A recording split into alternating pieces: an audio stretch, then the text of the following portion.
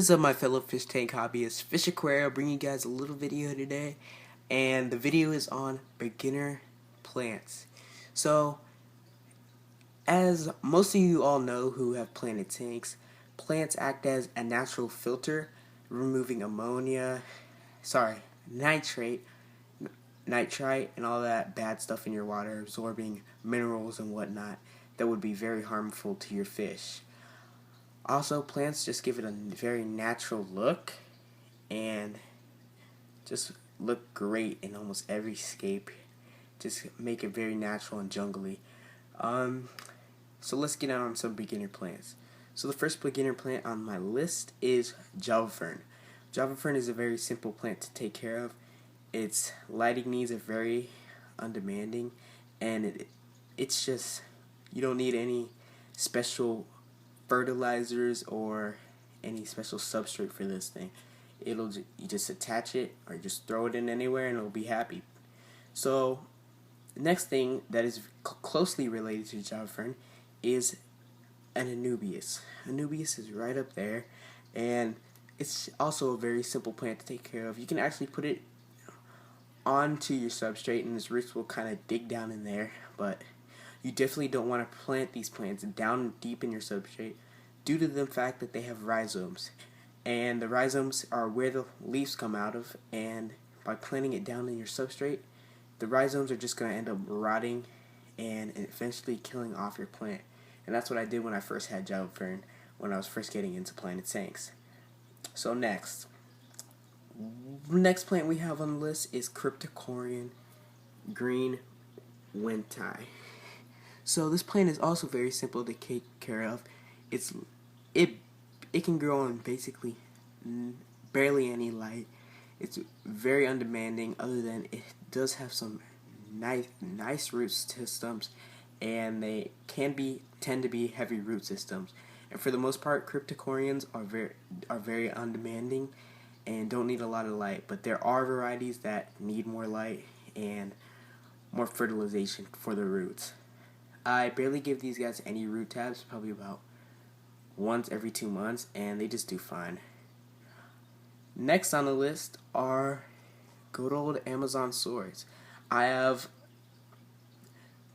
two types of Amazon swords in this tank. One of the regular Amazon swords, and that's just a very little thin one.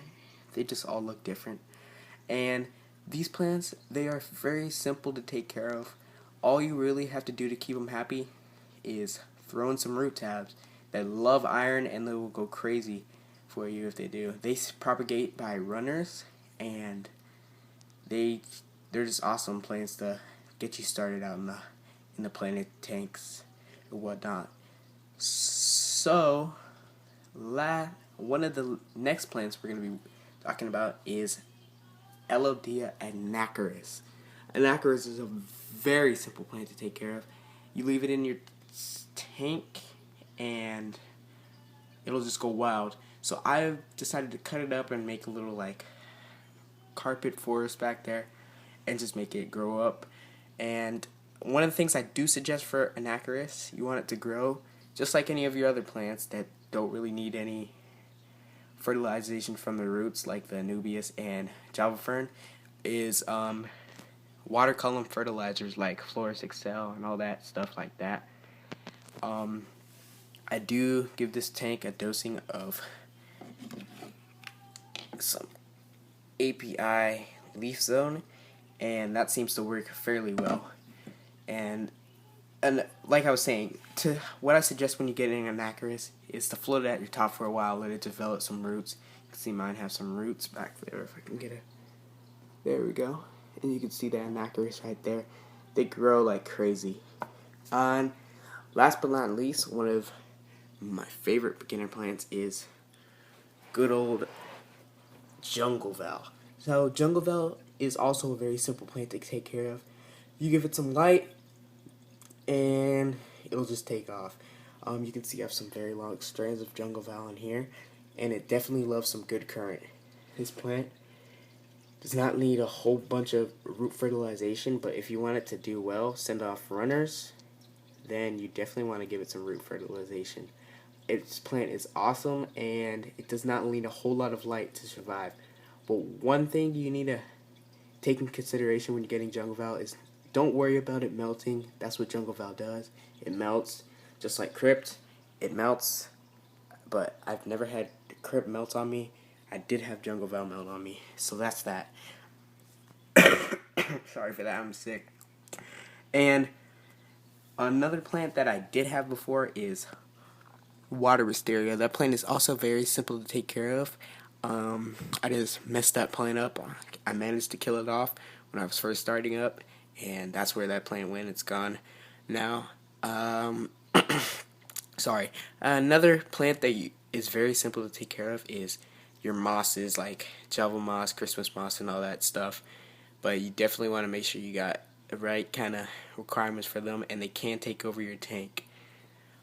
Another plant that I might be thinking about getting pretty soon here is some duckweed, and that stuff is very, very good at absorbing nitrates and all, and just purifying your water. But one drawback to that is that it can block out a bunch of light, which can be good depending on what you're looking for, and it can just take over and just get stuck in all your other plants. So that's that, and that's what I got for you guys today with some beginner plants. Hope you guys enjoyed this little video, and I might decide to do a whole little series of the plants I have in this tank and just break down all their little care requirements and everything. Might even put that into the profiles. So see you guys later, and hope you guys enjoyed this video. Go ahead and leave a like and subscribe if you enjoyed it, and see you guys later.